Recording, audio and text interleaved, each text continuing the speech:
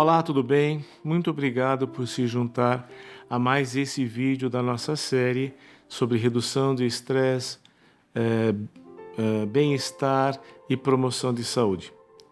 Hoje nós vamos dedicar algum tempo para falar de um quadro de Peter Bruegel. Peter Bruegel foi um pintor flamengo, século XVI, e ele traz um quadro que até hoje aí, se eu não me engano, ele está exposto, acho que é em Paris, não tenho certeza, nunca vi o quadro pessoalmente, nunca vi o quadro fisicamente, né? Mas nós vemos então, vamos colocar esse quadro, aí a imagem, né? E o que nós vemos? A princípio nós vemos uma paisagem, não é uma cena, uma paisagem qualquer, em que no plano da frente aparece um arado, um pastor de ovelhas e o que parece ser um pescador, alguém entretido com alguma coisa ali na beira da água. A gente percebe uma paisagem geral, genérica, algumas habitações ao fundo, água em grande quantidade, um navio, né? Depois um plano de frente. E vamos tendo uma visão panorâmica numa paisagem artificial. Digo isto por quê? Porque não é uma paisagem natural, é uma paisagem forjada por um artista. Portanto, é uma paisagem artificial. E isso nos dá condição de fazer uma série de exercícios com ele. O que é que nós notamos nessa pintura? Nós podemos usar essa pintura para exercitar a nossa atenção, a nossa visão panorâmica. Nós podemos fazer isso agora, online mesmo, com essa distância que nós estamos, com todas as limitações que obviamente esse recurso oferece, mas nós podemos perceber a visão panorâmica. Esse é o convite formal do mindfulness. Os artistas frequentemente provocam aspectos do mindfulness. Muitos dizem que a razão do artista na sua obra de arte é mobilizar emoções. Eu diria que, na verdade, o que é mobilizado são posições subjetivas no mundo. E as emoções brotam destas mudanças sutis de perspectiva. Se você olhar um pouco, você pode perceber no quadrante direito, embaixo da tela. Ali tem uma perna. Nesse momento eu posso perceber que perante o quadro, diante do quadro, eu tenho uma constatação. Se eu não percebi espontaneamente, eu percebi por indução. Opa, tem uma perna ali. Muitas vezes essa constatação, ela se dá à revelia do meu juízo. Esse é o ponto importante. A constatação como a ruptura do que eu esperava. Eu não esperava uma perna ali, mas tem. O outro ponto é que é preciso uma atitude de aceitação de que existe uma perna lá aonde não faz sentido ter uma perna. Então eu passo a ter curiosidade. O que está fazendo essa perna ali? E por fim, a incorporação do constatado. Eu permito que o que é constatado faça parte da minha apreciação do quadro. Eu conto para vocês o nome do quadro, para aqueles que eventualmente não conhecem, algumas pessoas certamente conhecerão. Mas o nome é Paisagem com a Queda de Ícaro. Ícaro, lembra? Ícaro, do Ovídio, do Rei Minos. O Rei Minos construiu o labirinto. Aliás, foi o próprio Dédalo Dédalo construiu o labirinto para o rei. Aí ele fez alguma coisa que desagradou o rei. O rei era pai do Minotauro. Pra você ter uma ideia que o cara não era lá flor que se cheirasse. E alguma coisa desagradou. Ele confinou Dédalo e seu filho Ícaro a ficarem presos no presídio chamado Labirinto, que tinha uma dulcíssima criatura chamada Minotauro. O que Dédalo fez? Dédalo criou asas a partir de penas e cera de abelhas, construiu 2 pares de asa. Com esses pares de asa, ambos alçaram voo e saíram do labirinto. Daí o que aconteceu? O Ícaro se empolgou, se empolgou demais e começou a voar na direção do sol. Ele voou na direção do sol, a cera derreteu, a asa desmanchou e ele veio abaixo, caindo no mar e se afogando.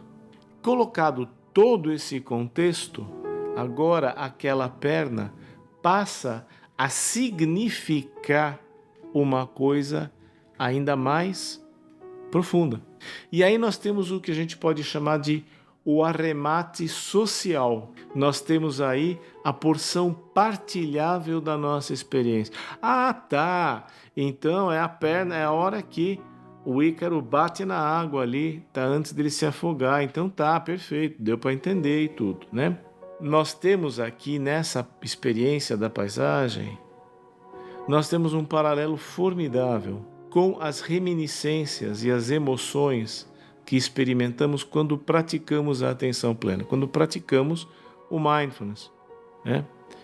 A experiência é um paralelo muito importante. Nós não estamos constatando um quadro artificialmente pintado, mas nós estamos de frente a um quadro geral que é composto da nossa experiência acumulada, emocional, cognitiva, existencial, física e assim por diante. Na atenção plena, eu não condiciono o constatado.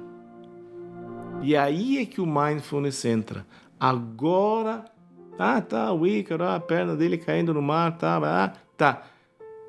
O mindfulness começa agora. Quando? Quando eu não condiciono. Eu sei que aquilo que eu constatei é simplesmente uma perna. Ou até mesmo algo que lembra uma perna, mas não é uma perna. É uma pincelada de um pintor extraordinariamente talentoso, mas é uma mancha de tinta numa tela de lona. Ícaro é o nome que o pintor imprime après coup, ou seja, depois da sua percepção, ele vem e fala, essa é uma paisagem com o Ícaro caindo. Opa, aí ele já te levou com ele, mas o que você de fato viu foi uma mancha numa tela. Então, este é o ponto em que a nossa ressignificação pode ser libertadora. É quando eu me dou conta que uma memória, por exemplo, eu, com 3 ou 4 anos de idade, na frente de uma banca de jornal, com um gibi, uma historinha, uma revista de quadrinhos na mão. Isto, ao lado de uma tia, isso pode significar isso, pode significar que tá, mas o que é simplesmente um resquício de memória. Eu não estou mais lá. Lá não existe mais. É 100% memória. E não é raro, quando nós praticamos, nós entramos em contato com coisas assim. Aparecem imagens, aparecem ideias, aparecem emoções, aparecem lembranças que nos mobilizam emocionalmente. É possível retomar uma discussão com alguém que já morreu faz 20 anos. Está mais nem aqui. Mas nós ficamos aderidos a não sei que resquício que isso tem na nossa vida. Com o recurso do mindfulness, eu posso me lembrar que essa memória, vívida que seja, útil que seja, é uma memória. o mundo não voltou a ser aquilo que eu era naquela época. Raramente eu tenho a mesma idade que eu tinha nas minhas lembranças. Quanto mais velho eu fico, mais dramático isso se torna. Podem acreditar. Mas a ideia é esta, é libertária. É uma ideia onde aquilo que muitas vezes me prende é pura memória do passado ou é puro imaginário lançado no futuro. Porque o que é apavorante no futuro? O que realmente é horrendo no futuro? É que ele não existe. Ele não existe. Então, tudo aquilo que eu estou planejando, estou programando, tudo aquilo que eu estou programando, planejando, eu estou lançando, eu estou projetando num espaço rigorosamente inexistente. Agora, isso não é para gerar pessimismo, absolutamente. Boas estratégias conduzem a bons resultados.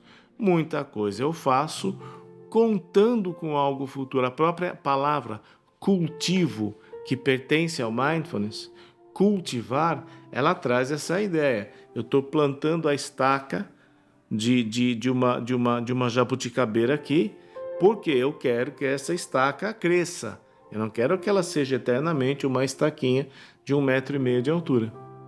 Então, a dimensão futura é útil, mas ela não deve servir para nos arrastar a um lugar de sofrimento desnecessário. Eu terminaria hoje a nossa conversa no seguinte: a pergunta que fica é: vem cá, por que é que o Bruegel pintou e chamou Ícaro e não de algum outro ser alado, algum outro ser voador? Por que especificamente esse personagem que tem exatamente essa história?